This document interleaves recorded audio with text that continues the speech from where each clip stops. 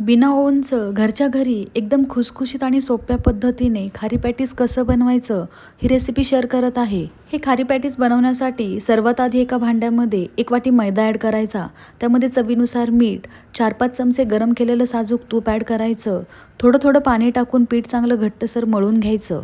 मळलेलं पीठ थोडा वेळ झाकून ठेवायचं। त्यानंतर इथे मी शिमला मिरची घेतलेली आहे, 3-4 हिरव्या मिरच्या आणि 1 इंच आल्याचा तुकडा चांगला बारीक चिरून घ्यायचा। भाज्या बारीक चिरून झाल्यानंतर एका वाटीमध्ये 3-4 चमचे कॉर्नफ्लॉवर, त्यामध्ये तूप ॲड करून मिक्स करायचं। आता गॅसवर कढई ठेवून कढईमध्ये तेल ॲड करायचं। तेल गरम झाल्यानंतर कढईमध्ये भाज्या ॲड करून अर्धा चमचा हळद, 1 चमचा धना पावडर, 1 चमचा चाट मसाला, चवीनुसार मीठ, अर्धा चमचा मिरची पावडर ॲड करून भाज्या वाफेवर 2-3 मिनिटं शिजवायच्या। शिमला मिरची शिजल्यानंतर यामध्ये उकडून घेतलेला मॅश केलेला बटाटा ॲड करायचा।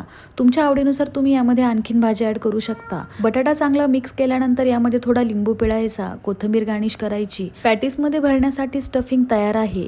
मळून घेतलेल्या पिठाची गोल लाटी लाटायची, त्यानंतर तिला चौकोनी आकाराची कट करून घ्यायची। व्हिडिओत दाखवलेला चॉपिंग बोर्ड एकदम बेस्ट आहे, यावर तुम्ही भाज्या चिरू शकता, त्याशिवाय चपात्या देखील लाटू शकता। तुम्हाला जर चॉपिंग बोर्डची लिंक हवी असेल तर कमेंटमध्ये लिंक टाईप करा। व्हिडिओमध्ये दाखवलेली प्रोसेस फॉलो करून पॅटीसमध्ये व्यवस्थित स्टफिंग भरायचं, त्यानंतर तेलामध्ये दोन्ही बाजूनी पॅटीस क्रिस्पी फ्राय करायचं। अशा प्रकारे एकदम खुसखुशीत घरच्या घरी बनवलेलं खारी पॅटीस तयार आहे।